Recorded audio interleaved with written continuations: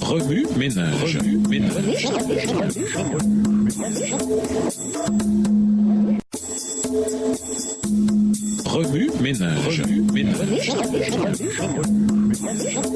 Bienvenue dans votre émission. Remue ménage. Nous voilà à la leçon de dimanche, intériorisée. 10 fils. Ce n'est pas tout le monde qui choisit de procréer ou non. Certains couples mariés essaient pendant des années de concevoir en vain, alors que d'autres, bien qu'utilisant une méthode de contraception, se retrouvent avec une grossesse surprise. Et il y a ceux qui aimeraient être parents, mais sont célibataires, alors que d'autres sont culturellement contraints de porter des enfants plus qu'ils ne le souhaitent. Cela dit, la plupart des couples qui consentent à se marier peuvent discuter librement pour savoir s'ils veulent des enfants et si oui, combien ils devraient en avoir. Pour Anne, avoir des enfants était primordial. Elkana l'aimait profondément, plus encore que Pénina. Par conséquent, sa décision d'épouser une seconde femme pour assurer sa postérité en dit long sur la pression socio-culturelle et peut-être même économique que subissait un couple marié sans enfants. Jalouse de l'amour d'Elkana pour Anne, Pénina ne cessait de brimer Anne. Son identité et le sentiment de sa valeur n'étaient-ils pas liés à sa capacité de porter des enfants? Accablée par les railleries de Pénina, Anne tomba en dépression. Voyant sa détresse, Elkana tenta de l'assurer de son amour. « Est-ce que je ne vaux pas mieux pour toi que 10 fils ?» demanda-t-il. Anne aurait pu lui demander ça quand il décida d'épouser une seconde femme, mais c'est hors sujet. Sur un plan pratique, Elkana invitait sa femme à ne pas rater, à cause de sa stérilité, les bénédictions qu'elle avait déjà. Si les enfants étaient le fruit de leur amour, alors l'amour lui-même ne devrait-il pas suffire? Dans notre marche avec Jésus, nous pouvons nous retrouver à lutter avec ce problème. Il est vrai que lorsque le Christ entre dans notre vie, sa présence même s'accompagne de bénédictions. Mais nous courons constamment le risque de désirer les bénédictions au détriment de la relation qui les procure. Jésus vaut-il davantage pour nous que 10 fils? J'ai entendu un couple très instruit, sans enfants, dire une fois que leurs enfants, c'était leur doctorat. Quels que puissent être vos fils, Jésus a-t-il une grande valeur à vos yeux?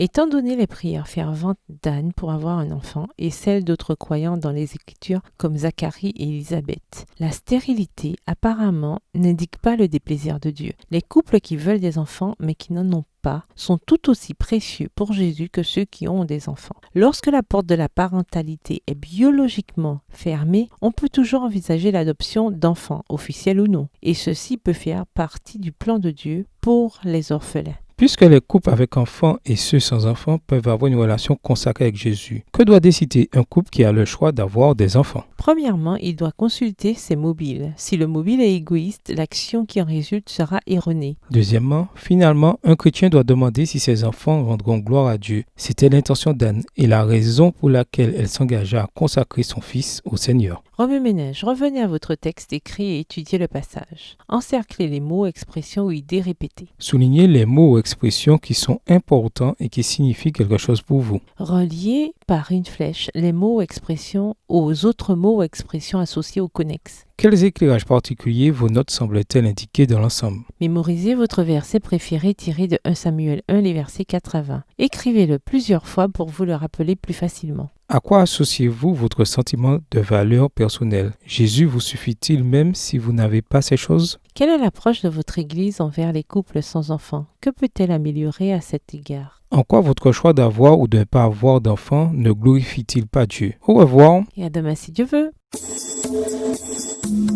Remue ménage. Remue ménage.